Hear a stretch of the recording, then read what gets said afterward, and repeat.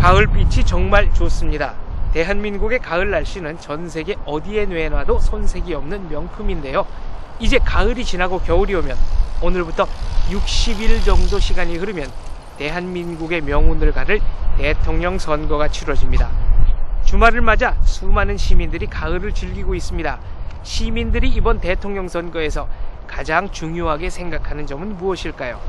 가장 많은 수의 국민들이 가장 민감하게 반응하는 현안, 아마 교육 문제가 아닐까 생각을 해봤습니다. 아주 어린아이부터 청소년, 중년, 청년, 장년, 그리고 노년에 이르기까지 대한민국의 현재와 미래에 이르기까지 모든 것을 관통하는 문제. 지금 현재 대한민국 교육 현장에서 가장 많은 영향력을 행사하는 단체는 아마 전교조일 것이다 라는 것이 저희 저격수다 제작팀의 판단입니다. 전교조가 어떤 단체인가, 전교조의 실체는 무엇인가, 전교조의 지향점이 무엇인가를 생각하지 않고는 대한민국 대선의 중요한 연결고리를 이어갈 수 없다고 판단했습니다. 그래서 마련했습니다. 저격수다 전교조 특집입니다. 지난번 국회에서 전교조 저격수라는 별명을 받았던 조전혁 전 의원, 굿바이 전교조라는 책을 쓴 숭실대 문예창작과의 남정욱 겸임교수, 그리고 저희 저격수다 3인방이 모여서 전교조의 실체를 해부하고 대한민국 교육의 대안을 찾고 대한민국 교육에 나아갈 바 희망을 논하는 유쾌, 상쾌, 통쾌한 토크쇼 이제 시작하겠습니다. 다 함께 스튜디오로 이동하실까요?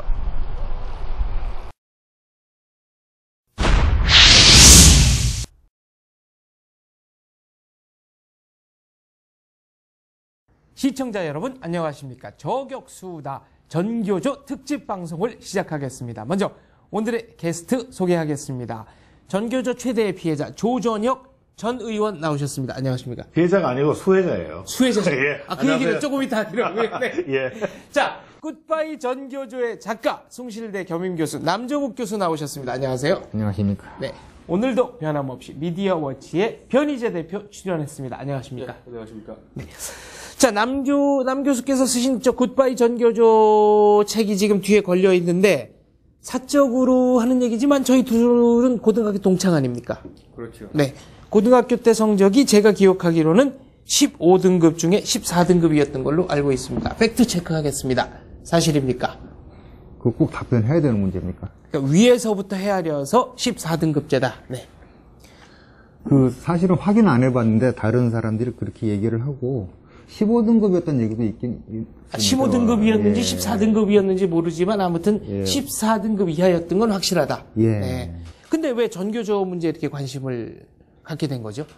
그 학교하고 하도 잘 안 맞으니까 그 제가 이제 학교 때 주로 하는 역할은 반에서 이제 반평균을 좀 떨어뜨리는 역할 같은 걸 하고. 네, 혼자서 반평균을 떨어뜨리는 역할. 그다음에 그럼 15등급이 맞는 것 같습니다. 그럼 네. 선생님들한테는 교육의 대상이 아니고 체벌의 대상으로 주로 있었기 때문에 제가 그게 너무 싫어가지고 네.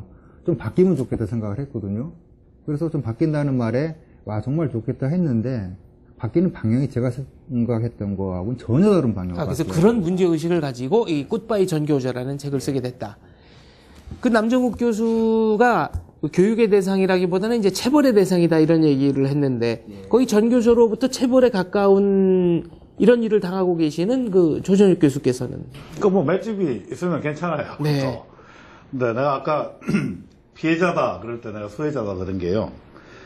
사실 모든 일에는 그 그림자와 빛이 있지 않습니까? 네, 빛과 그림자 예. 하나 있죠. 근데 뭐 전교조하고 맞짱 뜨니까 또 이런 데도 저 불러주시고. 네.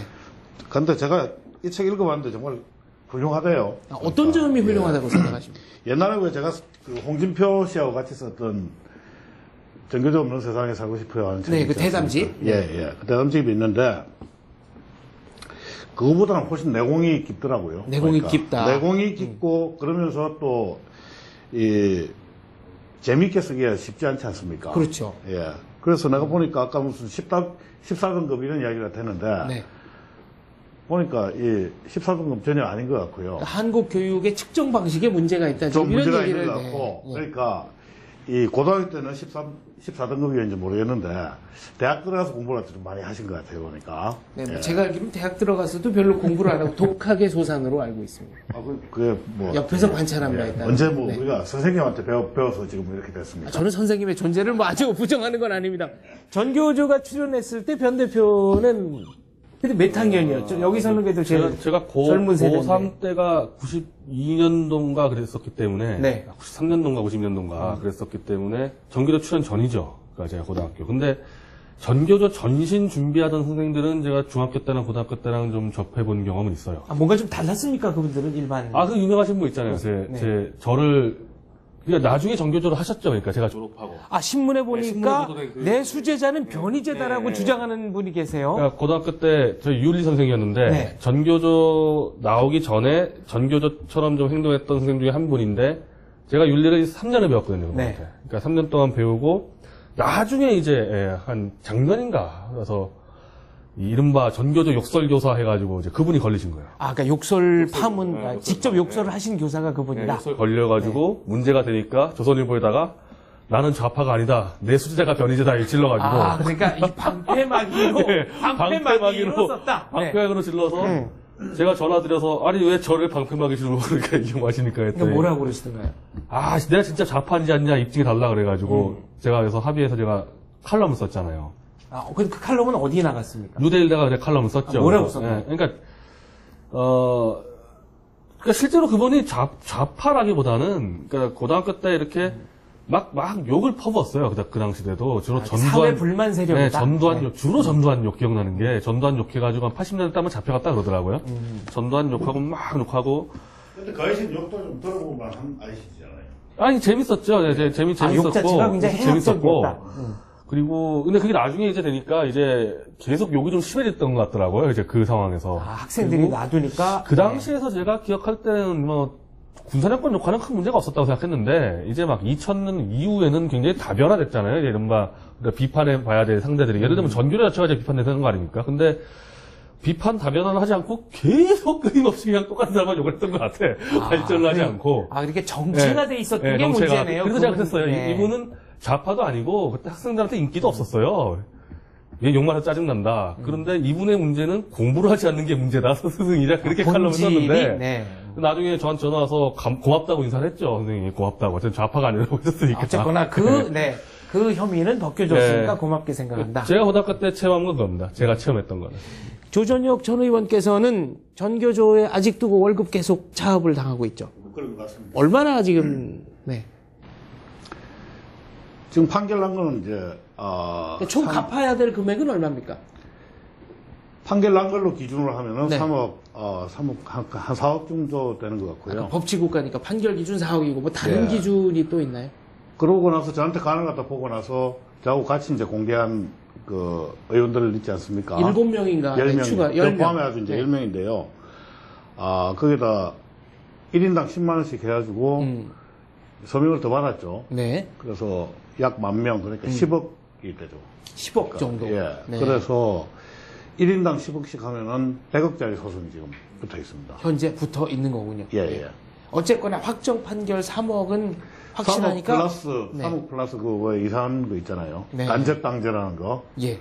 그거 이제 1억 해가지고 한 5억쯤. 그럼 그거는 매년 얼마씩 그거 가상금이 붙는다. 간접강제는 벌써 다 뜯어갔고요. 네. 그러고 이제 4억에 대해서는 매년 20%씩 가상금이 붙는 거죠. 외람된 외람된 얘기지만은 그 좀 수십 년 걸리겠네요. 수십 년 걸리니까 못 갚아요. 그거. 못 갚는다. 그러니까 BJR 정신으로 지금 하시는 겁니까? 그러니까 어떻게 되는가 하면은 제 월급에서 빼가도 네. 그 가상금이 계속 붙기 때문에 계속 커지면 커지지. 그게 이 빚의 규모가 줄어들지는 않는다. 그렇죠. 네. BJR 정신이라는 건 베제라 정신의 약자가 되겠습니다. 아까 그 남정욱 작가는 전교조가 나오면서 교육의 방향이 좀 바뀌기를 바랬다. 그렇죠. 그러니까 이 일부 공부 잘하는 애들만 좀 보지 말고 좀 뒤에도 좀 봐주고 옆에도 좀 봐주고. 그럼 좀 정리를 해보죠. 본인이 생각했던 바람직한 변화의 방향이 뭐였는지. 근데 실제로 보니까 변화의 방향은 내가 생각했던 이게 아니고 뭐였다라든가. 저는 이제 애들한테 상처 주지 말라 이런 얘기도 좀 하고 싶었고, 그 다음에 아예 인지 외 대상으로 존재하는 애들이 꽤 많거든요. 인지 외 대상이라는 건 교실에 그러니까 물리적으로 존재하는데 네, 형태는 선생님들이- 있는데 선생님은 네. 잘 몰라요. 걔가 있다는 사실조차도. 그래서 몇 년에 만나 인사를 드려도 기억을 못 합니다. 그것은 고등학교 때 우등생이었던 이 두 분은 절대로 이해를 못할 정도로. 네. 저도 모동생은 아니었고요. 근데 뭐 좋은 대학 가셨으니까. 좋은 대학 갔다 고 꼭 우동생인가요? 그럼 뭐 반항으로 점철된 학창 생활을 보내셨습니까? 저도 이제 네. 고등학교 두 군데 다녔잖아요. 잘려가지고. 그건 이제 나중에 얘기를 네. 하고요. 근데 이게 전교조 좀 심각한 문제가 이런 것 같습니다.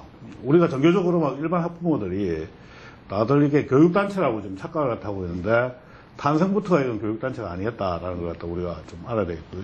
이 책이 훌륭하게 잘 써져 있습니다. 이 책 사보시면 훨씬 더 좋은데요. 잠시 제가 이제 좀 소개를 하면은. 책 선전을 자꾸 하시는 걸 보니까 요새 경제 사정이 어려우셔가지고 나중에 좀 진짜 빼라. 이 팔째로 가르기로 했다거나 뭐 미래학이 두 분 사이에 있는 것 아직 같습니다. 그런 건 없고 지금 네. 오늘 내가 하는 거에 따라가지고 또 뭐 영업을 지금 하시는 겁니다. 네, 알겠습니다. 근데 이게 전교조는 출발부터 이거는 그 정치단체로 출발을 했다는 것도 국민들이 좀 아셔야 되고요. 그게 어떤 부분이 있는가 하면 왜 이제 우리 학생운동을 갖다 좀 되돌아보면 70년대, 80년대 초까지만 하더라도 학생운동이 이제 농활, 네. 노동운동, 거기에 한정되어 있지 않았었습니까? 그렇죠. 근데 이제 사회가 이제 다변화하고 하면서 농활이나 노동운동 가지고 그 소위 이제 운동권이 추구하는 그 사회가 뒤집는 걸 할 수 없다는 걸 한계를 느낀 거예요. 그러다 보니까 이제 그래서 이제 예. 학교를 소위 말하는 이제 대상으로 찍었다. 진지전화가 네. 한 거죠. 예? 이제 무슨 뭐 저기 머리띠 싸매고 들어가지고 이제 힘으로 해서 뺨으로 해서 하는 게 아니고 사람마다 의식을 갖다 바꿔야 된다 이런 장기전으로 전환했다. 그렇죠. 예. 그 일환으로서 전교조가 사실은 만들어진 거고요. 따라서 이거는 교육단체가 아니고 정치단체입니다. 그래서 전교조라기보다는 전교당이 맞는 것 같고요. 자, 전교조 하나만 더 네. 이야기를 할게요. 예. 그래서 핵심이 뭔가 하면은 학생이 목적이어야 되는데 전교조한테는 수단에 불과하다는 거죠. 예, 뭐. 그러니까 아까 우리 네. 우리 남 교수님 이야기를 한 그런 부분들이 이제 사실은 처음에 기대를 갖다 많이 했지만은 학생 갖다 목표로 생각을 갖다 하는 게 아니고 수단으로 생각을 갖다 하니까 전교조가 지금까지 사실 우리 교육 발전에 기여한 바가 거의 없지 않습니까? 뭐 거의 내용 없다. 측면에서. 네. 예. 있기는 조금 있다 그래도. 예, 뭐 기본적으로 전교조는 저는 이렇게 생각을 해요. 일종의 이 곰팡이나 아니면은 이런 부분들 있지 않습니까? 그러니까 이 사회 축축하고 이 어두운 부분, 그러고 나쁜 것들, 그거라도 자연분으로 해가지고 이제 살아온 거죠. 네. 근데 이제 그게 점점 더 청소되고 이제 깨끗해지면서 저는 전교조가 그 힘을 갖다 잃어갈 수밖에 없다. 이렇게 회충, 생각을 하고 요충, 있습니다. 12지장충 뭐 이것과 비슷한 존재다 그런 말씀이시네요. 뭐 일단 하이에나라 그럴까요? 자, 전교조가 교육단체라기보다는 정치단체다 이런 얘기가 나왔는데 변 대표 생각은 어떻습니까? 저는 그렇게 깊이는 모르겠어요. 그 단체의 성격은. 근데 아까 남정욱 교수님 말씀대로 제가 뭐 고등학교 다닐 때도 굉장히 제가 좀 답답한 부분들이 이른바 쉽게 얘기하면 교육이 그냥 한꺼번에 획일적으로 들어오니까 다 만족 못하는 겁니다. 앞에 있는도 만족 못하고 뒤에 있는도 만족 못하고. 그래서 오히려 제가 좀 이른바 좌파 쪽 교육책을 때 좀 많이 읽었었어요. 고등학교 때. 근데 거기 책에 나오는 거 보면 계속 다양성을 주장하더라고요. 다양성을. 계속 그 책도 있어요. 제 기억나게 꽃 같은 것보다 다른 것이 더 좋다. 이 책도 기억이 나는데 아마 윤구경 교수인가 아마 그건 전교조인지 아닌지 모르겠는데 그렇게 되니까 당연히 전교조가 그때 제가 대학생인데 당연히 학교의 교육을 다양성을 하겠구나라고 기대를 했었습니다. 저도. 아마. 그래서 예, 이제 혹했다. 네. 꽤 많은 저도 좀 호감을 가졌었죠. 왜냐면 하도 그 당시 90년대, 80년대 고등학교 교육이 그냥 획일하니까. 아니 근데 변 대표는 성적으로 봐서 좀 앞쪽이었던 게 거의 확실하고 그렇게 뭐 불만을 가질 만한 요소는 없었을 것 같은데 뭐가 불만이었습니까? 성적이 좀 앞쪽이었죠. 앞쪽이었는데, 네. 그냥 제 입장에서는 그냥 솔직히 뭐 학원에서 공부했고, 그러니까 학교에 가가지고 무슨 국영수리 공부하는 데가 아니고, 저는 이제 저희 학교는 이제 경문고등학교인데 상동에 있던 굉장히 동아리가 활성화돼가지고 학교는 동아리 활동하는 데고 공부는 학원 가서 하고 있었는데 아, 그게 불공교육과 사교육을 완전히 자발적으로 근데 분리를 이게 했군요. 대부분 네. 그랬어요, 절대. 네. 우리 그 변희재 대표하고 약간 세대 차이가 나서 그런지 모르겠지만요. 저는 학교에서 사실은 공부를 더 많이 했습니다. 그 당시에 이제 열정적인 선생님들도 굉장히 많았고요. 네. 예. 그래서 뭐 수업 시간에 모르는 거 있다가 이제 물어보면 제가 이제 공부는 좀 했지 않았습니까? 네. 굳이 또 그 점을 강조를 하시는군요. 예. 네. 그러다 보니까 음. 그 과거에 이제 일본 대학 입시 시험 문제 뭐 이런 것들이 있었습니다. 아, 그런 거 가지고 와서 학생들에게 풀어봐라 이러는 분들 계셨죠. 그게 아니고 본고사 시험. 제가 네. 이제 하다가 이제 막히니까 특히 이제 수학 문제 수학 같은 경우. 예. 우리 선생님한테 이제 여쭤보면 선생님도 이건 난감하잖아요. 이게 사실은 굉장히 고난도 문제이기 때문에. 그러니까 지금 내가 당장 풀어줄 수는 없는데 한 이틀 정도 시간을 달라. 그럼 꼭 그 선생님을 이렇게 풀어주셨어요. 아, 피드백이 그래도 예, 많네요. 예, 이제 예, 성실한 분. 예. 뭐 성실하고 하여튼 네. 그런 선생님들 정말 훌륭하신 선생님이시죠. 자기 모르는 거 갖고 일단 머리부터 때리지 않습니까? 근데 일단 하여튼 물리적 타격이 먼저. 예. 네. 그런데 우리 이제 50대 중반 근처에 있는 사람들은 그런 훌륭한 선생님들한테 상당히 그 인상 깊은 교육을 받았다. 그러니까 그때만 해도 공교육이 살아있을 때고, 예. 그다음 변희재 대표는 이제 92학번이든가요? 구사학번이니까. 구사학번인데 요때는 네. 공교육이 그 당시 최소한 8학번, 9학번 쪽에서는 네. 한 반에서 한 5등 안에 드는 친구들은 기본적으로 학원에서 이미 다 1년 앞서서 공부를 하지 따라가진 않아요, 학교 수업을. 저희는 사실 85, 86 학번인데 이 두 분 사이에 낀 세대입니다. 왜냐면은 과외 금지 세대거든요. 네. 그랬군요. 예. 그러니까 저희는 뭐 사교육이라는 대안을 가질 수 없었던 그런 세대인데 사교육이 있었다면 남정국 교수의 성적이라든가 고등학교 생활이 좀 행복해졌을까요? 아니, 가게가 더 피폐해졌겠죠. 뭐 저 같은 경우도 사실은 우리 어머니 같은 나는 우리 학부모도 사실 좀 문제가 좀 있다고 생각해요. 어떤 면에서 그렇습니까? 불안하잖아요. 네. 불안하니까 저는 도저히 무슨 뭐 이렇게 가해받는 체질이 아니거든요. 혼자서 공부하는 체질이었는데 자꾸 이제 학원 가라고 해가지고 그때 사실 그것 때문에 좋기도 좋았죠. 왜 그런가 하면은 학원비는 소위 이제 네. 땡겨 먹고 네. 학원 갈 시간은 이제 밖에 나가서 이제 영화 보고 그러니까 학원비와 학원에서 보내는 시간을 자발적으로 분리를 하신 거예요. 그렇죠. 이제 주머니에 돈은 도둑하고 시간도 많아지고 해가지고 잘 놀았죠, 사실은. 아, 그런 점이 예. 있었군요. 예. 현 근데 대표는 네. 혹시 이거 방송 보는 학부모들 애들 이 학원에서 정말 공부 잘할 수 있는 친구들은 학원 보내지만은 잘하면 평가해 보시고 그거 아니다 싶으면은 지하게 그냥 놔두세요. 너무 불안해하지 마세요. 남정국 교수는 언젠가 칼럼에서 헬스클럽과 한국의 그 학원 산업에 일맥상통하는 점이 있다. 즉 안심 산업이다. 네. 그러니까 학부형이 안심하기 위해서 뭔가 하고 있다 이런 느낌을 갖기 위해서 보내는 거다. 사실은 앞에서 뛰는 몇 사람 빼면 뒤에는 안 뛰어도 되는데, 덩달아 뛰게 만드는 거죠. 마라톤 할 때 보면은 사실 한 10등 정도만 뛰면 되고, 뒤에 사람들은 뛰어도 안 되거든요. 이럴 땐 딴 걸 시켜야 되는데, 안 뛰면 불안하니까 학원을 보내는 거죠. 혹시 잘할까 봐서. 절대 잘하지 못합니다. 절대 잘하지 못한다. 절대 못합니다. 자, 지금 교육 문제가 뭐 워낙 다방면에서 지금 나오고 있고, 논의의 방향도 굉장히 흩어지고 있는데, 전교조 쪽으로 얘기를 한번 모아보겠습니다. 이 책을 쓰시게 된 뭐 동기라든가 계기가 있습니까? 제가 책 쓰면서 이제 인터뷰들을 전교조 선생님들 몇 분을 했는데, 가장 타격을 크게 받았을 때가 언제냐 그랬더니, 조전혁 의원께서 명단 공개했을 때, 그때 굉장히 타격이 컸다고 그 얘기를 하시더라고요. 비록 이제 제가 좀 전에 들으니까 생각보다 훨씬 더 가혹한 처지에 몰리신 것 같은데, 그래도 응원해 주신 분들이 많다는 생각을 좀 해주시고요. 뭐 계좌번호라도 밑에 저희가 깔아드릴까요? 이거 네. 밑에 지나간다고. 온라인으로? 계좌 쓸 수가 없어요. 아, 모든 계좌 다 막혀 있습니다. 그러면은 전화번호라도 공개해서 현찰로 받는 걸로 저희가. 네. 그거 말고는 빠져나갈 방법이 없다. 이메일로 뭐. 근데 이메일. 돈 숨겨놨으니까. 알겠습니다. 그 정치 약간 단체라고 그러셨는데, 저는 정치 조직 같아요. 왜냐하면 실체를 잘 몰라요. 과연 이걸 움직이는 사람들이 누군지. 그래서 이 조사 결과 뭐 어떤 걸 알 수가 없습니다. 그러니까 지금은 홈페이지도 많이 막아놔가지고 들어가서 볼 수도 없고, 그 다음에 참실인가 이 단체 같은 경우는 아예 접속하기가 어렵습니다. 그러니까 저 홈페이지를 막아놨어요? 예, 일단은 우리 최근에 경기동부연합 이제 수면에 떠오르지 않았습니까? 그런 조직이 분명히 있는 것 같습니다. 그렇죠? 그러니까 핵심 종북 예. 이어서 정교조를 움직이는 어떤 단체가 다른 세력이 있다고 추정할 수 있다. 특히 그리고 이제 정교조의 통일위원회 같은 경우는 정교조 위원장의 어떤 그 조직상의 위계 체계도 받지 않는 굉장히 독립된 조직이라고. 독립적인 별동대 같은 게 있다. 예. 통일위원회에서 하는 교육 중에 확실히 이런 거는 좀 문제다.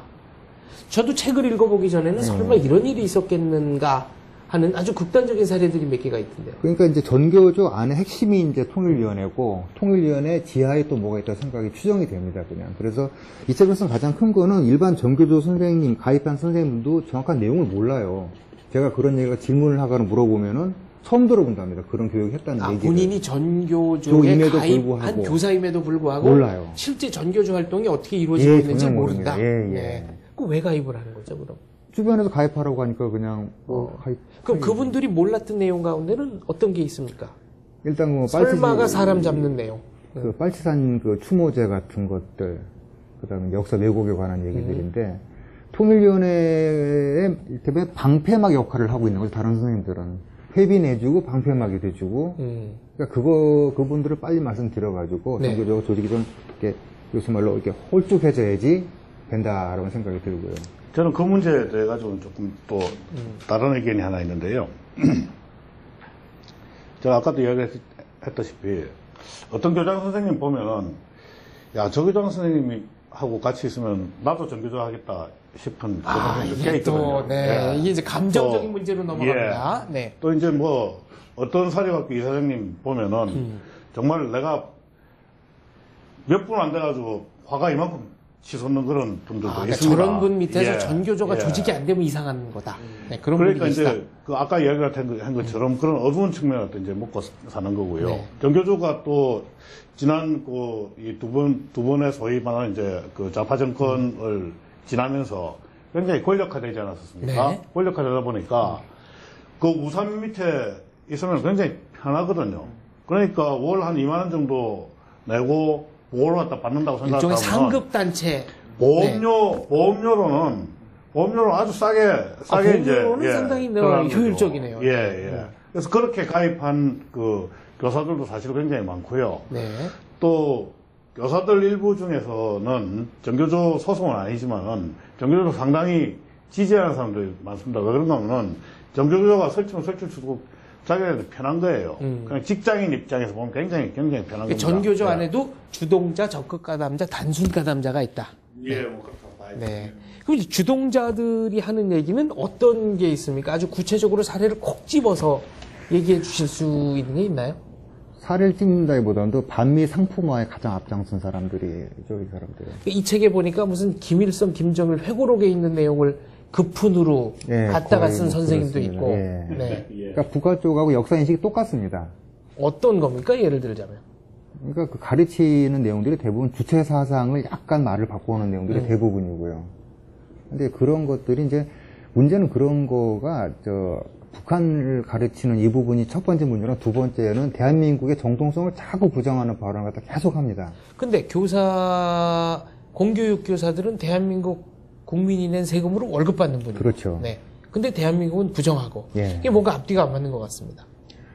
그러니까 제가 볼 때는 일종의 창난 증세가 와야지 맞는 것 같은데, 아까 말씀하신 대로 학생운동을 처음에 하던 그 친구들이 이제 농촌하고 공장 많이 갔는데, 어느 날인가 이제 지령이 바꾸어서 떨어집니다. 그래서 이제, 공장으로는 그만 가고, 학원으로 가고, 방송국으로 가고, 법원으로 가라. 이렇게 돼서 쭉 간 거죠. 갔는데, 방송국하고 법원에 관한 부분은 사실은 양성소를 만들 수가 없는 상황이었지만은 교원단체는 가능하거든요. 그러니까 그래서 이제, 집중적으로 양성을 해가지고 핵심적인 인력들을 이제 일종의 파송을 한 거죠, 계속해가지고. 북한의 이런 전략에 대해서 변 대표는 생각을 해본 적이 있나요? 제가 뭐 경기동부를 터트린 장본이니까 네. 실제로 저는 그쪽 조사는 별로 하진 않았어요. 제가 그쪽 분야도 아니고. 근데 이제 계속 재판을 이제 계속 하다 보니까 점점 더 확신이 드는 거죠. 그러니까 재판하다 보면 어쩔 수 없이 조사를 해야 될 거 아닙니까? 이겨야 되니까. 네. 연구를 하니까 민노총 내에서도 전교조는 좀 다르더라고요. 어떻게 달라요? 그러니까 민노총 전체적으로 노동운동 중심을 현재 경기동부 이탈을 하는 흐름이 있는데 그 안에서 또 전교조는 또 달라요. 그리고 또 전교조 안에서 또 그 무슨 자주파 그래가지고 다르고 끝까지 경기동부랑 같이 움직이면서 지하에서 정치 이른바 대북에서 받은 지령 공작을 한다고 충분히 추측할 수 있는 상황이거든요. 그래서 이번에도 아마 그럴 것 같더라고요. 그 통합진보당 아마 당원대회인가? 그러니까 이제 다 나가고 나머지 사람들 나가고 남은 골수 경기동부끼리만 하는 그 당원대회에 상당수의 정교조 인사들 다 참여했습니다. 아니, 그러니까 별도의 대회가 따로 있습니까? 통합진보당 당원대회. 그러니까 유시민하고 뭐 다 나가고, 그 이정희하고 몇몇 남은 이게 이제 사람들이 주도한 남은, 당원대회. 내빈 소개하는데, 정교조 출신 다 나오더라고요. 그러니까, 일반적인 민노총 같은 경우는 절반 이상 이탈했다 그러는데, 그 안에서도 또 움직임은 다른 것 같아요. 네. 훨씬 더 이념지향적인 거죠. 민노총보다. 자, 그럼 두 분은 전교조가 어떻게 돼야 되느냐? 거의 뭐 정치단체라는 분석은 뭐 나오고 있습니다만, 이제 전교조의 미래, 대한민국의 미래를 위해서 우리가 전교조를 어떻게 해야 된다고 생각하십니까? 저는 사실 학부모가 제대로 그 파악을 갖다 하고 있어야 된다. 이렇게 생각을 했고요. 이런 책이 이제 학부모들에게 진실을 알리는 하나의 매개체가 될 수 뭐 있겠네요. 학부모들이 많이 읽으면 좋겠습니다, 일단. 네. 예. 그래서 하여튼 그런 부분이 있고요. 하여튼 일관되게 이 책이 팔려나가기를 지금 아주 간접적으로 기원하고 계십니다. 예. 그리고 제가 사실 이제 정교조 명단을 또 공개를 한 게, 그런 차원이죠. 네. 우리나라는 좀 교육제도가 특이하거든요. 외국의 경우에는 이 국가교육과정이라는 게 없습니다. 그래서 없나요? 없습니다. 예. 근데 대한민국은 사실은 이제 국가교육과정을 채택을 하고 네. 있는 몇 안 되는 나라 중에 하나고요. 그 이야기는 뭔가 하면은 대한민국 국민과 이 대한민국이라는 국가가 국민과 계약을 갖다 체결을 한 겁니다. 네. 우리는 자라는 우리 다음 세대한테 이러한 내용의 이 교육과정을 갖다 가지고 이렇게 가르치겠습니다 하고 국가가 계약을 갖다 했는데. 혹시 그 몇 안 되는 나라는 어떤 나라들이 있습니까? 그러니까 국가가 검정 교육을 하는. 과거 이제 사회주의권 국가들은 이제 국가교육과정을 네. 갖고 있고요. 대부분의 OECD 국가들은 사실 교육은 지방자치의 지자체 소관으로. 예, 네. 소관이고요. 그리고 이제 지자체도 우리나라의 무슨 도정도나 아니면은 이 특별시 광역시 단위가 아니고 그 안에 굉장히 작은 교육구청 단위로 있어가지고요. 네. 거기서 이제 교육과정을 택하고 그야말로 풀뿌리 자치가 이루어지고 있는 거예요. 네. 그 정도고, 그리고 이제 학교에 요구하는 것도 많지 않습니다. 대부분의 경우 이제 학교에서 이 주민들하고 같이 사실은 계약을 하는 그런 단계거든요. 그런데 우리 같은 경우는 그렇게 이제 국가가 그런 교육을 다 하겠다고 국민하고 계약한 상태에서 정교조라는 어떤 집단이 와가지고 자기만의 커리큘럼을 가지고 무슨 대안교육 비슷하게 지금 하고 있는 거거든요. 그러니까 말하자면 국민의 세금으로 만들어진 틀에 전교조는 자기들이 갖고 온 콘텐츠를 갖고 무임승차를 한 거네요. 그렇습니다. 네. 이제 그런 부분이 있기 때문에 사실 그걸 갖다가 적극적으로 생각을 하면은 막아야 되는데 그걸 갖다 이제 정부나 국가가 책임을 갖다 방기하고 있고, 따라서 적어도 학부모들이 어떤 사람들이 정교조인지는 알아야지 감시를 갖다 할 거 아닙니까? 그렇죠. 국가가 제대로 하지 못하면은 학부모가 나서서 감시라도 해야 된다, 이런 생각에서 저는 사실은 공개를 갖다 했었습니다. 예. 자, 대한민국의 발전을 위해서 건전한 시민으로 학생들을 교육하는 게 아니고 대한민국을 철두철미 반대하고 어떻게 하면 대한민국을 무너뜨릴까, 이쪽으로 초점을 맞춰서 교육을 하는 게 전교조다, 지금 이런 말씀을 하신 건데, 변 대표는 이런 의견에 대해서 어떻게 생각하나요? 근데 이게 노조라는 게 아직 언론 노조하고 좀 유사한 것 같아요, 이 정교조. 그러니까 저는 정교조보다는 이제 언론 노조는 제가 훨씬 더 많이 하는데 분야다 어떤 보니까. 면에서 비슷하죠? 원래 노조면은 자기 이 조합원들의 이권을 위해서 사측과 협상하고 싸우는 그 조직이에요. 이제는 원래는 그렇죠. 업무를 노조의 따지면은. 정의는 그렇습니다만. 네. 그런데 그거는 당연히 하긴 하지만은 오히려 그거보다도 체제 전복과 네, 자기 정치적인 이념 구현을 목적을 목적으로 간다는 거죠. 네. 이게 언론 노조도 똑같습니다. 그래서 오히려 언론 노조 같은 데보다도 임금 협상 가지고 싸우는 일이 별로 없어요. 항상 대부분 프로그램에 이 이념 가지고 싸우지. 아, 그러니까 그 기사라든가 방송 프로그램에 무슨 외압이 들어왔다. 자기들 이념 그러니까 선전작으로 맨날 못 그걸로 싸워서 지금까지 쓰는, 그 무슨 최소한 방사에서 그 급여 협상 가지고 파업한 적이 없어요. 최근 한 20년간에. 그럼 정교조도 마찬가지예요. 정교조도 조합원의 이권 이득보다는 이념 지향 정치 조직으로 가는 거 아닙니까? 근데 그랬을 때 이제 우리가 좀 같이 판단해서 좀 고민할 필요가 있는 거죠. 그러면은 조합원의 오직 이득만을 가지고 싸우는 이른바 현대차 노조. 네. 현대차 노조 이념 없어 보입니다. 그냥 무조건 돈 뜨라는 걸 하죠. 이런 노조와 아니면 어쨌든 방향은 잘못됐지만은 국가와 사회적으로 공공적인 고민을 하는 노조와 있었을 때 네. 어느 게 올바른 거냐. 사실 상당히 문제가 있는 거죠. 저는 근데 언론 노조를 제가 비판할 때는 차라리 현대차 노조 같이 악랄하게 돈을 뜨는 애들이 낫다. 국가적으로.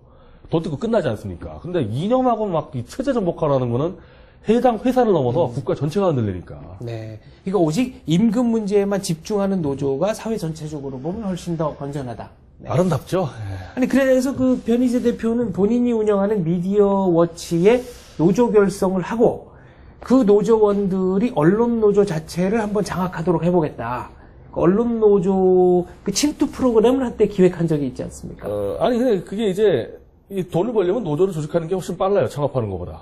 그러니까 네. 창업을 한 다음에 그 창업으로 어떻게 회사를 가지고 돈을 버는 거 가지고는 정말 어려운데 노조 한번 제대로 기획해가지고 제3노조나 만들면 그러니까 지금 네. 이 얘기는 무슨 얘기냐면 돈을 벌기 위해서 회사를 만드는 게 아니고 노조를 만들기 위해서 회사를 만들고 회사 안에 노조를 만든 다음에 상급 노조를 장악해 가겠다 뭐 이런 얘기네요. 네, 그때 그래서 그게 또 장사가 되고 미디어치 이익이 많이 난다. 우리 직원들한테 노조를 만들라고 지시했는데 왜냐하면 그때 이제 국민노조 만드는 흐름이 있었거든. 네. 그럼 국민노조 들어가서 우리가 장악을 하자. 그러면 이제 우리가 평생 보장된다. 근데 아직까지 국민노조가 제대로 결성이 안 돼서 그런데 하여튼 대한민국 사회는 그렇습니다. 이 창업가는 정말 고생하는데 노조가 정말 해먹기 좋은 사업이에요. 노조가 노동 강도에 비해서는 훨씬 그런 면에서 전교조도 좀 무임승차라는 거네요. 그 노조 같은 경우 이제 그 회사하고 자본하고 이제 충돌하고 뭐 이런 부분이 있는데 정교조 문제도 다른 게 뭐가 있냐면은 피해자가 나옵니다. 학생들이요. 그러니까 이 임금 협상 이런 문제가 아니고 중고등학교 때들은 한마디 말이 평생 갈 수가 있거든요. 그러니까 이 얘기는 좀 신박하네요. 왜냐면은 언론 노조 같으면은 피해자가 없어요. 근데 여긴 피해자가 그렇죠. 나옵니다. 여기 학생이라는 예, 피해자가 네. 나오고 그 학부모님들이 이제 명단을 갖다 공개를 해가지고 견제를 계속 해주셔야 되는 정교조는 안 없어집니다. 왜 안 없어집니까? 정교조 그 자주파 같은 경우는 북한이 없어져도 걔는 안 없어집니다. 북한이 그러니까 조선시대에 명나라가 망하고도 명나라 연호를 계속 쓴 것처럼 예. 북한이 없어져도 머리가 잘려나도 네. 꼬리가 살아남아서 그게 따로 활동을 할 그런 아니 무슨 조직. 전교조가 도마뱀입니까? 그렇게 뭐 그러니까 그럴 거라고 예측을 한다는 거군요. 왜냐하면 그 사람은 그것이 이제 이념이든 삶의 기반이기 때문에 포기할 수 없는 조직으로 살아가게 되는데. 북한이 망하더라도 이미 거기서 하나의 생태계를 만들고 생계 유지를 하기 때문에 이게 안 없어진다. 예, 네. 안 없어집니다. 밥 먹는 차원에서 안 없어진다. 이념을 계속 팔아야 되기 때문에. 그래서 그 사람들이 계속 활동을 할 경우에는 학생들이 결국 피해를 보게 됩니다. 학부형 중에는 학생들이 인질이다라고 생각하는 경우도 있습니다. 어떻게 보시는지요?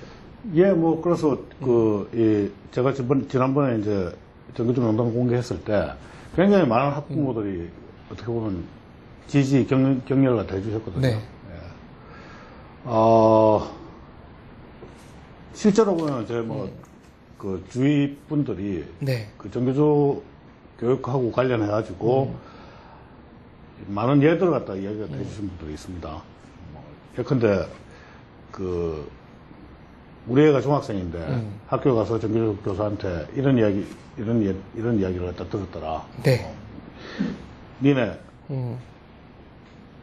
그 학교 안에서 신문 뭐 보냐? 뭐 조선일보, 중앙일보, 동아일보 본다. 네. 그러면은 신문 바꿔라 그래라. 니네 아버지 수구 꼴통이구나. 응? 저기 혹시 조선중앙 동아하고도 뭐 오늘 아침에 미팅하고 오셨습니까? 보는 신문 가지고도 전교조 교사가 압박을 한다는 얘기입니다. 그렇죠. 네. 예.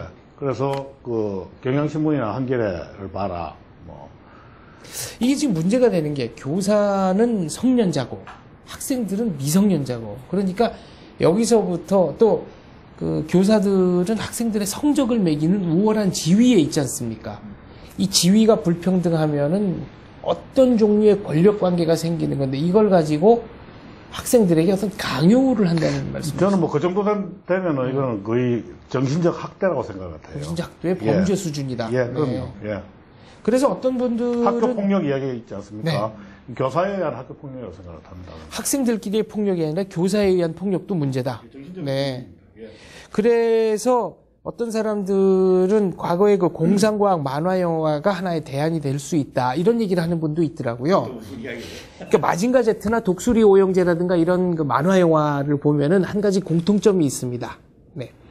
일단 이 나이든 어른들, 뭐 박사 이런 분들은 안전한 연구소 안에 숨어가지고 애들한테 그 모니터를 통해서 지시를 하죠. 이렇게 싸워라 저렇게 싸워라. 근데 그분들이 하라는 대로 하면 꼭 집니다. 네. 그래서 모니터가 끊어져. 그러면 이제 애들이 박사님 연결이 끊어졌다. 이거 어떡하지? 이젠 우리끼리 해보는 수밖에. 그러고서 이제 하기 시작하면은 네. 꼭 역전을 하더라. 그러니까 이런 것들은 그러니까 한마디로 말하면은 다 큰 어른들이 미성년자는 위험한데 몰아서 싸움시키고 지들은 안전한 데서 별다른 위험 부담 감수 안 한다 뭐 이런 얘기를 하는 거죠. 네. 학교 폭력이다. 어떻게 대응하면 됩니까? 그럼 이런 폭력에 대해서는. 제일 이제 대표적인 수행평가에서 많이 발생을 하죠. 그런 데서 발생을 하고. 그러니까 저는 이제 애들은. 대학 입시라는 거에 아주 딱 네, 그게 있는 네. 한은 어느 정도 권력은 항상 가지고 있는 상태가 됩니다. 교사들의 권력이 비대화될 수밖에 없는 원천이다. 네, 원천이죠. 그 부분이. 그러니까 이제 애들은 좀 내비두고 이제 우리 계속 숨어 있지 말고 나와가지고 그냥 선수끼리 붙자. 라는 차원에서 이게 일종의 선전포고이기도 하고 학부모님들한테 이렇게 전해드리는 정보이기도 하고 여러 가지. 그리고 그 전에 이 정규 책들을 써주신 이제 선생님들이 많이 계신데 그분들한테 감사를 드리면서 좀 하나로 좀 모은 거 읽기 편하게. 네. 제가 하는 사실 그게 답니다. 그렇군요. 그러니까 기존에 나온 책들을 많이 이제 참고를 하신 거고. 거의 대부분 그렇습니다. 편 대표는 대학 입시와 관련해서 교사들과 그렇게 사이가 좋았을 것 같지 않은데. 아니, 아까 말씀드린 대로 그 문제는 대부분 다 학원에서 풀었기 때문에 네. 충돌할 일이 없었어요. 아니 수행평가나 뭐 학생 수행평가는 기록부 없었고, 이런 거. 우리 때는 내신을 왔기 때문에 그냥 전혀 교사들과 충돌한 일도 없고 교사들도 건드리지도 않아요. 네. 왜냐하면 다 밖에서 해오기 때문에. 그러면은 저는 이제 전교조 문제 가지고 이제 주로 이제 보수단체를 얘기하다 보면은 전교조하고 싸운다 이거예요. 그럼 그 이전에 전교조 창궐하기 이전에 제가 교육받았을 때나 뭐 남조기준 교육받았을 때 그 시스템이 괜찮은 시스템인가? 네. 애들 그냥 다 때려 넣어가지고 한 곳에 몰아서 공부할 놈은 나가 학원에서 공부하고 안 하는 놈은 계속 박혀가지고 뒤집어 자고 있고 이러니까 사실 전교조가 창궐하는 거거든요. 아, 그 환경 자체가. 그러니까 네. 이 자체를 개혁을 게을리했기 때문에 전교조가 이제 가문에서 꼬시는 거 아닙니까 학생이. 그리고 전교조 입학하면은 그러면 우리 무슨 과거로 회귀하자는 얘기냐. 다 그래요. 이게 전교조뿐이 아니라 뭐 언론 노조고 다 똑같습니다. 상황이. 그럼 당연히 시스템 개혁을 들어가야 되는데 제가 그 당시도 말했었고 요즘 중도 좌파에서 얘기를 하더라고요. 중도 좌파에서 전교조를 비판하면서 하나 대안이 하나 그거더라고요. 대학식 학점제 수업. 그러니까 무슨 최대 문제가 그런 거 아닙니까? 수학 같은 경우에서 이미 반에서 10등 하는 친구와 한 50등 하는 친구 수업 도저히 같이 못합니다. 그럼 뭐 불가능한 거 아닙니까? 그러면은 수학 상중하 과목으로 나눠서 지가 선택하는 거야, 대학 때처럼. 수학상 내가 지원해가지고 등 듣고 수학 중 듣고 수학 하 듣고 이런 식으로니까 만약에 수업을 대학화 정도로 가면은 그럼 전교조 싫으면 그 수업 안 들으면 되는 거죠. 그 교사 수업을. 아, 그러니까 학생들의 선택권이 예. 보장이 돼야 된다. 예. 그러니까 대학화로 해주면은 많은 부작용이 해결되고 실제로 미국에서 그런 고등학교들이 있더라고요. 이렇게 선택하는 거. 그러니까 실제로 학생들이 그러니까 수준별 수업, 네, 수준별 수업인가? 수업인데 그렇게 되면 교사들을 선택할 수도 있고 나아가서는 학교도 선택할 수 있는 거네요. 학교까지는 논 외고 다른 논이고 일단 학교 내에서 수준별 수업과 교사 선택하도록 한다. 아, 그러면은 전교조 명단 공개한 거를 보고 학생들이 수업을 그렇게 되면 수업 안 하면서 월급 받는 경우를 선호하는 경우는 나오지 않을까요? 뭐 수업 안 하면서는 네. 얼마나 버티겠습니까? 예. 아, 그렇게 못 버틴다고 보시는군요. 그럼 뭐 네. 여간 똑하지 않으면 못 버틸 건데 하여튼 뭐 전교조 교사들은 좀 버틸 수도 있겠는데 이 제도를 전교조가 그게 반대한다고요. 아니, 변희재 대표는 그 돌아가신 아버님께서 교사. 네. 전교조는 안 하셨고요. 아, 그 시절에 교사인데 뭐 애들 좀 때리다가 그만두셨죠. 아, 그러니까 이런 비행 학생들을 우리 집안에 저도 그렇고 네. 잘 가르치질 못해요 원래 스타일이. 그냥 가르치다가 네, 열받아서 그냥 뭐 주체를 못하고 네. 그래서 원래 교사하면 안 되시는 분이었는데. 참고로 말하면 변희재 대표는 지금 뭐 권투 도장도 다니고 있죠. 아버님도 뭐 그런 거 하셨습니까? 아버지도 원래 유도 선수 하셨고 아. 유도 선수 출신인데 또 화학 교사 하셔가지고 상당히 힘드셨죠.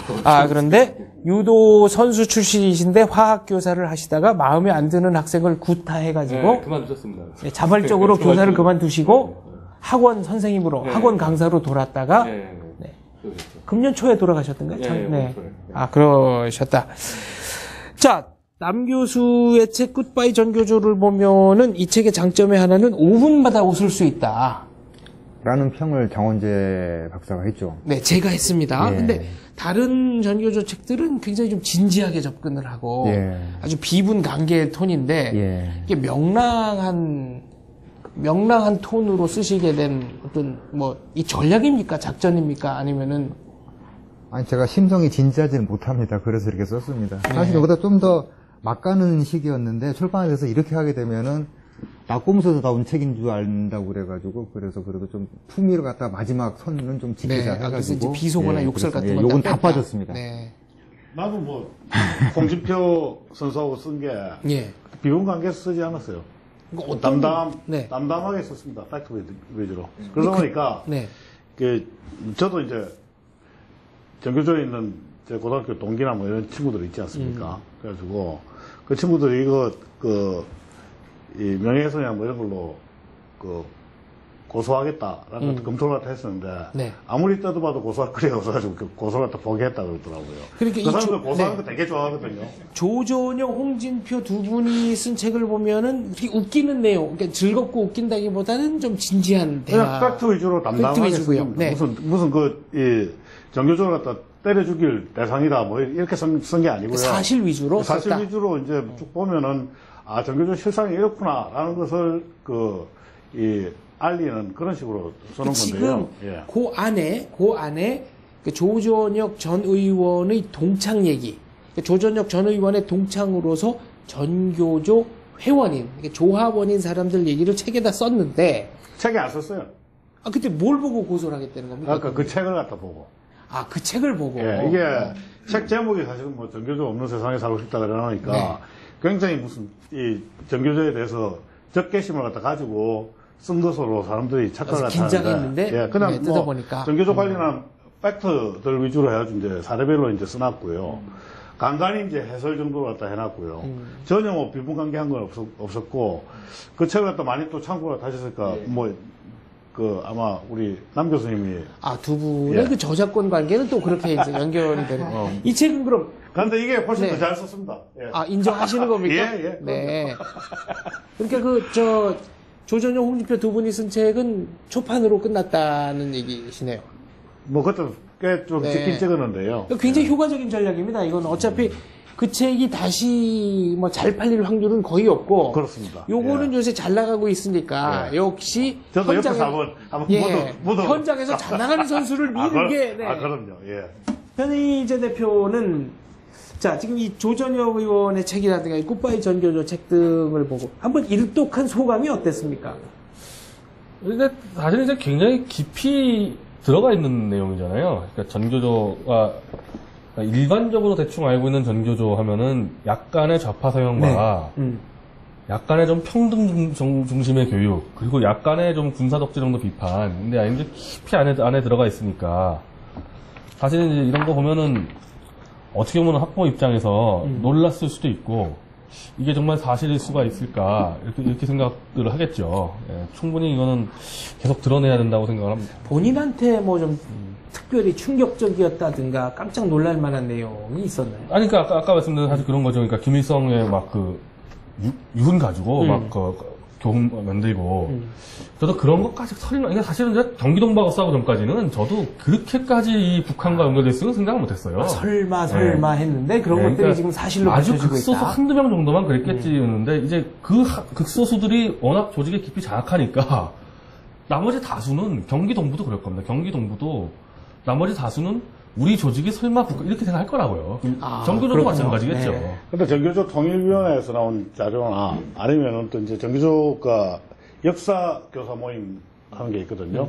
이제 그쪽에서 교사들을 이 교육하기 위한 자료들이 거의 대부분 원전이 어딘가 하면은 현대조선 역사라고 해가지고 북한에서 나온? 쓴 현대사 교과서 그 책을 그걸 갖다 거의 기반으로 갖다가 하고 쓴다. 예, 네. 거기서 뭐 인용도 많이 하고요. 그래서 그냥 이 원문을 갖다 인용을 갖다 합니다.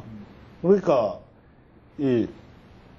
그걸 갖다 배운 교사가 학생들한테 이제 그걸 갖다 써먹는 거죠. 또 일부는 또 이제 현대조선 역사의 이 원문을 그대로 학생들한테 전달하기도 네. 하고요. 그러니까 그런 책에 보면 뭐 6.25는 남쪽에서 대한민국이 북한을 먼저 공격한 거다. 뭐 이런 식으로 내용이 나온다는 말씀이시죠. 그러니까 얼버무려버리죠. 이제는 이제 6.25 관련해가지고 지난 왜 이제 소련이 해체되면서 거기서 급비문서도 이제 다 나오지 않습니까? 그렇죠. 그럼 거기 맞춰가지고 사실 교사들이 기본적으로 이 진실에 대한 양심이 있다고 그러면은 그건 제대로 아이들한테 가르쳐야 되는데 옛날에는 이제 노골적으로 이제 이 북침서를 하다가 이제 정거가 그대로 나오니까 이제는 입을 닫아버리는 거예요. 그러니까 더 이상 그 얘기를 하면 우스워지니까. 그러니까 네. 북침했어요, 남침했어요 아이들이 물어보면은 그냥 얼버무리고 넘어가 버리는 겁니다. 그러니까 굉장히 진실에 눈을 갖다 감고 네. 그래서 이분들이 정말 교사로서 최소한의 양심도 없는 분들이다 이런 생각을 저는 하고 있죠. 아까 네. 책에도 써놨는데 그래서 그 이제 정교조 통일위원회가 이를테면 거기가 성골 코스쯤 되죠. 정교조 쪽에서는 이제 위원장으로 가는 코스인데 거기 이제 하여튼 한 분 쓰셨는데 1950년 6월 한국 전쟁이 일어났다 이렇게 써 있습니다. 그 책을 보면은 일어났다면 일어났다. 아, 그러니까 굉장히 무슨 객관적으로 뭐 외국에서 들은 것처럼 한국 전쟁이 일어났다. 딱 그러면 끝납니다. 그냥 남침이냐 북침이냐 이런 뭐 얘기 아예 안 얘기도 합니다. 없고. 일어났다. 네. 사건처럼. 그러니까 논란을 아예 그냥 안 만들고 넘어가겠다. 자기들이 불리한 경우는. 가장 싫어하는 질문이 6.25가 남침인가 북침인가 제일 싫어하는 질문 중에 하나이기 때문에 질문 그러니까 안 그거를 바로 들이대면 되겠네요. 네. 그렇죠. 과거에 그 통합진보당의 이정희 의원 같은 경우는 남침이냐 북침이냐 그랬더니 여러 가지 논란이 있는데 좀 더 치열하게 공부해서 답을 하겠다. 이렇게 얘기하지 않았습니까? 네. 네. 그래서 뭐 3대 세선 물어보면은 침묵하겠다. 더 물어보면은 양심의 자유를 침해하지 마라. 뭐 이런 식으로. 아니 근데 꼭 그런 분들이 남한테는 대답을 또 강요하더라고. 근데 요즘에 통합진보당은 제가 계속 이제 아까 말씀 소송 때문에 매일 모니터할 수밖에 없는데 이제 그냥 마음 놓고 하더라고. 마음 놓고 자기들 하고 싶은 거 다 하는 건데 이제 PD파 이런 노동파가 빠지니까 원래 그쪽 눈치 보고 못하는 것들 예를 들면은 고려 연방제. 네. 원래 2007년도에 그 김선동하고 이른바 자주파들, 민노총 자주파들이 해서 고려 연방제 공약 들어가려다가 이른바 PD파들이 반대해서 못한 거. 그래서 너무 노골적이다. 그래서 이게 너무 김선동이 잠적하고 침묵이다. 그랬었는데 네. 대놓고 그냥 고려 연방제 통일 공약 나오고 대놓고 미 대사관 앞에서 한미 FTA 폐기 공약 들고 출마 선언하고 이제 자기들 원 없이 하고 있는 것 같아요. 알겠습니다. 자, 정해진 시간이 거의 다 되고 있는데요. 그렇다면 전교조가 없어지지 않고 지금보다 훨씬 번성한다. 이랬을 때 나타날 수 있는 한국 사회의 문제점은 뭔지 그거를 간략하게 한번. 네. 그 전제가 저는 좀 잘못됐다고 생각합니다. 왜 그런가 하면은 그럼 전교조는 아까 이야기한 것처럼 전교조는 우리 사회나 우리 교육의 어두운 측면을 자양분으로 성장을 했습니다. 네. 네. 그런 부분들이 점점 더 대한민국 사회가 투명해지고 민주화되면서 전교조의 설당은 점점 더 줄어갈 것이다. 네. 네. 영향력도 저는 줄어들 수밖에 없다. 뭐 잘 아시다시피 현대사회에서 어떤 이 창조적인 생산성이 없으면은 그 조직은 결국은 무너질 수밖에 없지 않습니까? 그래서 저는 장기적으로는 굉장히 그 전교조의 영향력에 대해서는 굉장히 낙관적입니다. 그럼에도 불구하고 사라질 걸로 보신다. 예, 네.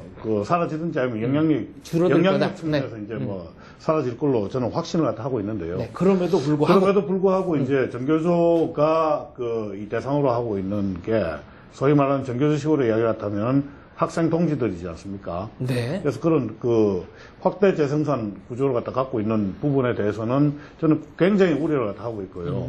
그 부분에 대해서는 사실 학부모 감시가 또는 시민 감시가 굉장히 필요하다 이렇게 생각하고 있습니다. 알겠습니다. 자, 남정욱 교수께서는. 만약에 전교조가 더 세력이 커지는 그런 사회라고 그러면 희망이 없는 나라가 되는 거죠. 나라는 그럼 망한다고 봐야죠, 거의. 그러니까 그렇게 간다는 얘기는 대한민국이 길을 많이 잘못 든다는 얘기고, 절대 그럴 일은 없겠죠. 특히 네. 그래서 이제 내년부터 5년간 중요하다고 하는 부분이, 제가 그런 얘기도 들었거든요. 지금, 가구 한 250만 가구, 한 1000만 명 정도가 월 100만 원 미만으로 생활을 한다고 들었어요. 조금 부풀어지는 감은 있지 않은 그런 경우, 뭐 내년에 더 늘어난다고 하는데 이런 사회에는 희망이 없습니다. 그러면 전교조는 더 커집니다. 더 많이 커질 거고. 그리고 전교조는 일단은 학생들이 이제 예전보다 훨씬 그 이념에 대해서 많이 이렇게 그 깨인 애들이 많아가지고 네. 논쟁하는 걸 들어보니까 그렇게 논쟁하다가 젊은 애들은 붙어가지고 이게 진보 쪽, 운동권 쪽 얘기하는 쪽들하고 이제 현재 이 집권 쪽을 갖다 하는 쪽하고 얘기를 하게 되면 논쟁에서 지게 되면은 민주화됐다고 하더라고요. 그 다음에 이쪽이 밀리고 이제 진보 쪽이 밀리게 되면 산업화가 됐다고 자기들이 표현을 하고. 그 이제 요새 그 인터넷상에서 떠도는 은어죠. 예, 은어죠. 그래가지고 지금은 예전과 달리 산업화 세력과 민주화 세력이 비슷비슷합니다, 실력들이. 그러니까 잘 안 밀리고. 그 다음에 이제 제일 중요한 건 학부모들이 많이 견제를 해주셔야 됩니다. 압박을 심적으로 가하지 않으면 안 되고, 그럴 것은 반드시 명단이 공개가 되고, 어느 학교에 몇 명이 있으며, 어떻게 과목이 돼 있다라는 걸 다 알고 있어야지 되는 거고, 당연히 그건 알아야 되는 거 아닌가요? 숨기는 게 이상하지 않습니까? 그러니까 결국 민주화 산업화라는 단어 자체가 이제는 더 이상 신성시 되는 게 아니라 하나의 재미로서 쓰이고 있고 팀 이름으로 전락해버린 거죠. 진짜. 그렇다면 어두운 진지함과 불만에 기생해서 세력을 늘려온 전교조는 앞으로 별로 미래 전망이 없다. 그러니까 단순 가담자 선생님은 빨리 탈퇴해라 그런 얘기네요. 네. 결론적으로 말해서 굿바이 전교조 같은 책이 많이 팔리는 사회가 바람직한 사회다. 이렇게 정리를 해보겠습니다. 더 바람직하죠. 아니, 나오지. 그러니까 이 책이야말로 나오지 말았어야 할 책이다. 나올 필요가 없어야 되는 사회가. 그러나 나온 이상은 잘 팔리는 게 좋다 이런 얘기군요. 저처럼 이런 책을 쓰는 불행한 작가가 다시는 안 나오길 바랍니다. 네, 박정희 대통령의 그 5.16 혁명사의 패러디였습니다. 자, 변희재 대표. 아까 언급한 대로 지금 이제 좌파에서 좀 오른쪽으로 나와 있는 분들이 아주 구체적이고 현실적인 교육 개원들을 지금 계속 내놓고 있거든요. 네. 그쪽 그룹들이 있습니다. 이제 사회디자인연구소나. 그럼 이제 어떻게 하면. 김배우 소장이신가요? 거기? 예, 그 팀에서 이제 내놨는데 굉장히 우리가 배울 게 많아요. 그러니까 교육 시스템, 이제 엉망진창된 시스템을 놔둔 상태로 전교조하고 싸운다는 거는 그쪽 자양분을 그대로, 보급소를 그대로 두고 그냥 전투병과 싸우는 거거든요. 그러니까 본격적이고 좀 더 본질적인 개혁이 필요하다. 애국진영에서 교육개혁이라는 것을 청사진을 내고 실제로 구체적으로 실천하는 과정에서 전교조와 싸워야 되는데 그거 없이 싸운다는 거는 보급을 다 뺏긴 상태에서 소수의 게릴라들이 나가 싸워가지고 목숨 던지고 조전을 이렇게 한단 말이죠, 이게. 네. 그래서 안 돼요. 이제 오히려 애국 보수 진영이 벌써 스스로 자기 기억해서 교육이란 뭔가를 처음부터 다 다시 고민해야 되는 겁니다. 이렇게 조준혁 전 의원이 여기 살아서 숨을 쉬고 있지만 사실은 뭐 그런 얘기를 한 거예요. 사안 뭐다 이런 얘기를 한 거네요. 소수의 그냥 특수부대가 가가지고 전체 대구나 와서 싸우는 건데 지금 상황에서는. 그러니까 그런 그 게릴라 부대의 희생이 너무 커진다. 특공대의 네. 뭐 다윗도 골리앗을 갖다 이겼으니까 한번 자, 보시죠. 그러니까 본질적인 개혁으로는 어떤 게 있습니까? 아니 제가 뭐 교육 전문 아니었는데 굉장히 많아요. 아까 말씀드린 그 학점제도 있고 뭐 수도 없이 말씀드린 이런 것도 있습니다. 보니까 이 교실을 아예 그냥 반으로 쪼개가지고, 그러니까 지금 현재 교실의 학급 수가 뭐 50명이라 그러면은 교실을 반으로 쪼개면 학급당 25명 되는 거 아니냐. 이런 방안도 있고 수십 가지가 있을 거 아닙니까, 현장에. 이제 그걸 다 하나씩 다 검토해서 만들어내야 되는 거죠. 네.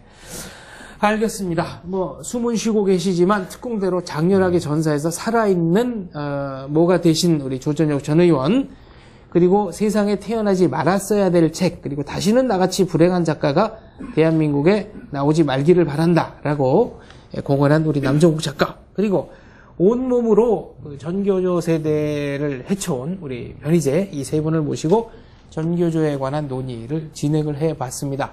즐겁게 진행을 하려고 했는데 즐겁게 진행이 되지 않았습니다. 얘기를 하면 할수록 갑갑해지는 것은 저만의 느낌이 아닌 것 같습니다. 결국은 본질적인 교육의 개혁 없이는 대한민국의 미래도 없다라는 얘기에 우리 모두의 생각이 일치되는 것 같습니다. 저는 학부형 여러분께 늑대와 함께 자라면 울음소리까지 늑대를 닮는다라는 격언을 한 번쯤 꼭 말씀드리고 싶었습니다. 우리의 모든 학생들이 늑대로부터 교육받지 않는 그날을 위해 열심히 노력하자는 말씀 드리고 싶습니다. 오늘 방송 여기까지입니다. 출연해 주셔서 감사합니다. 네, 다 함께 저기요, 구라! 시청해 주셔서 감사합니다.